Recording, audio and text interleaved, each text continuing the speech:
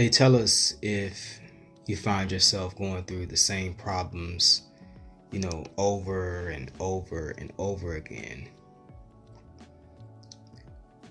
then you have to change your approach.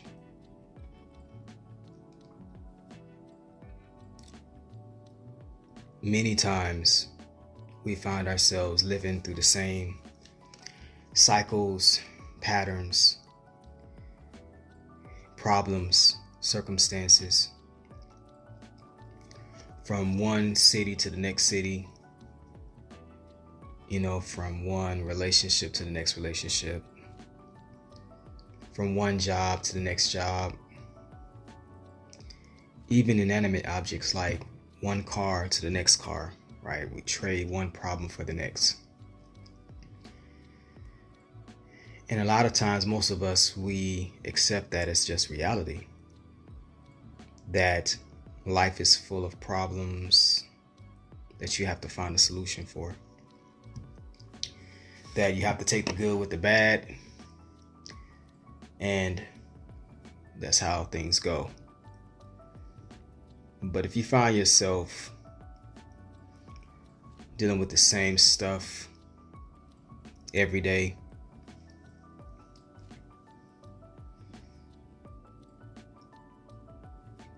there's probably another reason, and that's spiritual.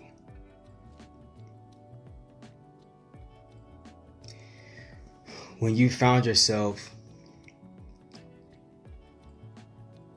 changing your approach, so you know what? Any gal I get with, I'm gonna make sure she has these qualifications. Any job I go to, I'm gonna make sure I have these qualifications. Any guy and so forth. If I move here, I'm gonna make sure I surround myself with these type of people. And you do. But then something else happens. Or you find yourself checking off all the marks on what you're gonna avoid in the future by being smart about your past. And I found myself in the same situation. Many people around me, family, friends, associates, strangers. And the first question a lot of times we ask ourselves is, what am I doing so different than the next individual?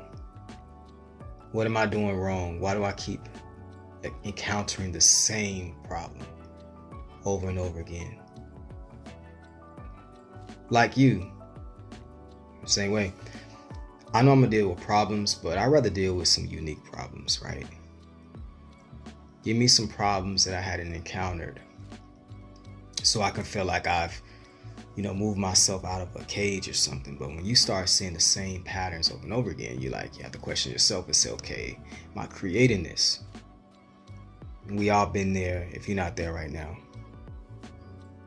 So why do I say that it's spiritual? Because there's something about life that many people know, but they don't tell us. And I've been studying this stuff now for 20 years, 25 years or so. And what I found is a lot of what we encounter is based off of our own personal energy. We don't attract into our life what we desire. We attract into our life what we think about, what we focus on, what we don't want. But then there's also something else that we attract into our life. We attract into our life compatible energies. Energies in the form of situations that we are familiar with. Like things that we are compatible with. And as I look back on my life, and as you're going to look back on your life while I'm speaking to you, it's real simple. They say like attracts like. We always put that in the form of relationships. But relationships just kind of show up and it's obvious. But like attracts like is really like energy attracts similar energy. And on the flip end, the opposite energy. Because people are attracted to who they're familiar with, what they're familiar with. But people are also familiar or attracted to things that can give them, or people that can give them what they're missing. So if you're a person who solves a lot of problems, you'll be around high functioning people who solve problems, but then you'll attract a lot of people who recognize that energy and say they can solve my problem, right? So keep that in mind when people say, why do you keep attracting people to you that need help? It's probably because you're a helper. There's nothing wrong with that. You just have to understand why people are coming into your life. The other piece that I really want to mention is, how is it spiritual? If you see the same things going on in your life, 9 times out of 10, a circumstance got lodged. The best way I can explain it to you. A circumstance, situation, especially if it's negative, in the form of a trauma, got lodged into your very being of time space. So where you walk, that same trauma walks with you. That same void walks with you. That same conflict walks with you. And you'll find yourself, it doesn't matter where you go to. It's spiritual in the sense that it's not necessarily a demon or a familiar spirit. We can get into that in another subject. But your very energy or aura has been magnetized, modified, that it has a energy makeup or DNA that tells it what you need to encounter. So when someone told you when you were 11 years old that it's better for you to go into a physical field because you're good with your hands, and you found yourself always doing things with your hands, but you're brilliant, but no situation in your life manifests to allow you just to use your mind or your creativity because someone told you when you were 11 you're good with your hands and that's what you should do. See, that wasn't a negative thing they did, but they put you into a box. And your mind creates the frequency and it tells you, okay, this is who I am. So that wasn't trauma based, that was just subconscious programming based. Why do I say it's spiritual too? Because we call many things of the unseen realm spiritual. We even call energy spiritual, but it's really not spiritual. But for the sake of our understanding of it, I say it's spiritual. But subconscious programming is invisible. And it would dictate to you what you should focus on. You don't even see things because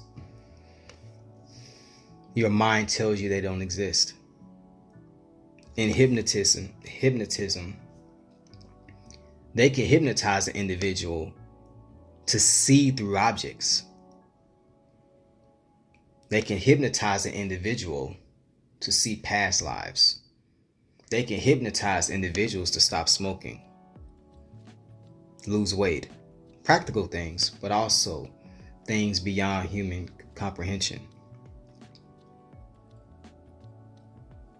So just everyday people, we grind, man, and we try to step up that ladder. In this particular channel and podcast will be about taking who you are and just blossoming into the best you can possibly be through all aspects: physical, mental, spiritual, emotional. One thing that we have to realize is everything is not about action on the physical realm, but also action on the spiritual and mental realm. So if you find yourself dealing with the same stuff, figure out what happened. Because if you think about it hard enough, you will figure out, why do I keep attracting this same guy? What happened with your first love? What happened with your dad? Why do I keep, going through situations financially? Who told you that you won't amount to anything and you believed it? But as a child, you will believe what they say. But if you're here listening, it's because this subject touches you. I can honestly say the more I delved into this, the more I had respect for the subconscious mind and on the spiritual realm. So how do you get rid of it for sure? It's not a easy thing to do, because your very life likes to be stable. Matter likes to be stable. And despite what we like to think of ourselves, we're spiritual, right? But the bodies we in are matter. And the realities we live in is matter. So when you change the very essence of who you are, you change matter. And that's not easy. So your reality will fight against you. If you say, you know what, tired of being broke. That's it. Car will break down. Somebody gonna call you to borrow money. Bill collector gonna call, came from out of nowhere. And you like, how does this happen? Spiritual. Your very world wants to keep you where you were because it's used to you being in that specific spot. The math adds up. If I'm a 1 and next to me is a 2, we're 3 together. If I change the 2, now we ain't 3 together, we 4. That affects this guy. Now we're not 9 together. Now when you look at the entire math, it changes the scope. And the reality works on math. So don't think just because you changing your habits that you just changing your reality. Change your mind too. That's what I always say, the world, to change the world, you change yourself. Now you see why. Because if I change, just this video alone changes me, changes you, changes generations, just this little bit. So it's spiritual. You find yourself cycling through the same patterns. Deal with the root. When you go out in the yard and you see weeds there, and we've all done it. You pull the weed up and you just pull the grass off the weed. But then a couple of weeks later, that same thing, it just grows right on up. And that is, a weed is a good example or analogy of patterns that keep happening to our lives. Don't just pull up the leaves, man, pull the root up. And the root, a lot of times, is your subconscious programming or trauma that you encountered that has wedged itself into your reality, and everywhere you go, it's going to manifest itself. But the great part about it is, a pattern tells you there's something there. You can see it. That's the lovely part. Without that pattern, you can never tell. It's kind of like traffic. Green light. It's turning yellow. It's turning red.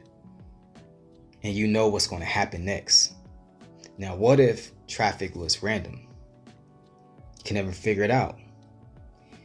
If you know something keeps reoccurring, but you yourself are changing action, then understand what's causing it has nothing to do with your actions and everything to do with your personal energy, subconscious thoughts, traumas. Also, sometimes familiar spirits, demons, things of that nature. We'll get to that on a different video. But for right now, we're just going to stick with figure out who told you what you were, or did you tell yourself? Right? Figure out what trauma you held on to that's keeping you locked into a cycle. And if it's problematic, chaotic, you can just trace it back to when did it start. And if you say childhood, then you know where to start. So I told you all this. How do I fix it then? You telling me all this and I get it subconscious. I could tell. Forgiveness. It's that easy. True forgiveness. Forgiveness wipes the slate. So we've taken that and made it religious, but it's not. Forgiveness allows you to say this was what it was and this is what it will be. So my dad said this or did not do this, but here I am. I forgive him. My aunt said this. I forgive her. My teacher said this or did not say this. I forgive. And then as you go on and you forgive, and with action, I forgive this individual for telling me that I can't be anything, but I'm going to school. What happens is the math starts changing. Forgiveness wipes the slate, and you get to dial a new number into where you are. So if you were 4 and the math works out, right? Forgiveness allows you to say, okay, I'm going to be a 6. And then reality shifts. So now when you say, I was a 4 financially, I want to be a 6. I forgive myself for making those bad decisions. I forgive my parents for not teaching me about finances, for my gambling issue, for my drug issue, for things that I went through, for just, being out there doing wild stuff. I forgive myself, but I know with action, I'm going to do better with my budget. I'm going to, make some extra money, and your reality has to follow. Your reality has to follow. See, if you command reality, it has to follow you. When it's chaotic, that's because it's leading you. See, you have to be your own personal guide. That's a different topic. If you allow anything to guide you, it's going to fit you into a bucket. And when you try to get out that bucket, it's going to push you back in there. So forgive yourself, forgive individuals. Understand that it's probably spiritual that keeps you captivated, keeps you into the system. Action your way out of there, and things will work out for you. Like and subscribe. I'm going to make a lot more of these. I'm working out through the kinks, but it's all authentic. It's all real, and you're going to see a lot more of this. Thank you.